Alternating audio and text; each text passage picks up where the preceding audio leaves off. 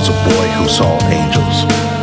Whenever he looked towards the heavens, he saw them in their magnificence, singing in mass choirs. Yet he also saw them on earth, either in their true form or in human guise, affecting daily the affairs of humankind under orders from above. In an earlier time, he would have been considered holy, but in our time, he was considered disturbed. They viewed his frequent visions of angels not as a gift, but as an aberration, and they sent him for treatment. First to a doctor, who treated him with medications, then to a psychiatrist, who treated him with more sophisticated medications. Nothing seemed to work. As he grew older, he became more cautious about telling anyone what he was seeing, and so little by little, his parents' worry receded, and under the cover of silence, the boy began to live what seemed on the surface to be just a normal life, but only on the surface was a normal life.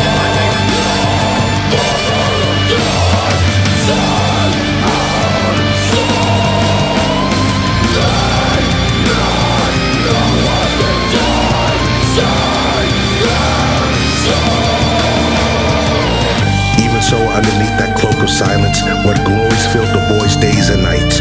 Whenever he could, he stood alone in the backyard of his house, staring at angels swarming like giant birds among the drifting clouds. Their magnificent wings beat slowly as they congregated in the heavens, singing, always singing their joy, though the boy could hear them only rarely, and then only faintly, for they were very far away.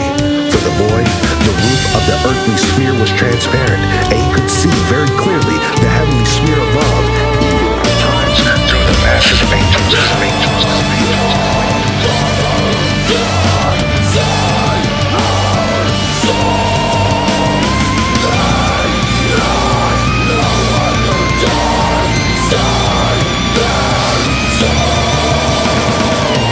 As time went on, however, the boy could still feel doubt by everyone around him.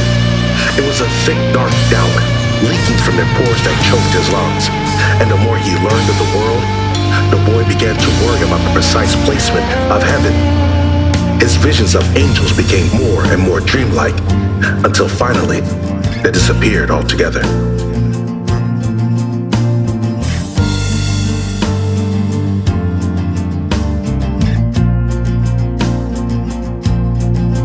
As the boy was walking one day, there stood a man in the streets, well dressed in black.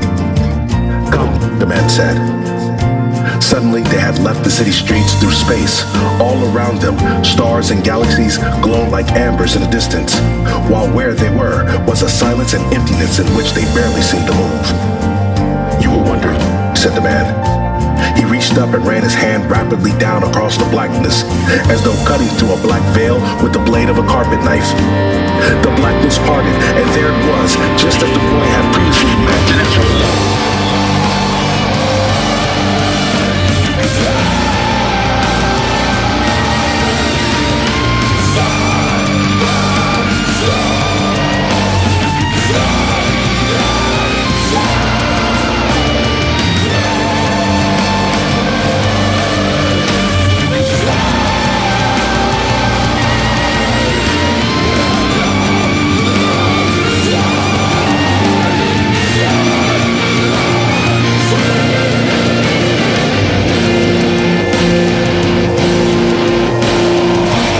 Masses of angels standing on enormous pink and gold clouds, singing in blinding golden light.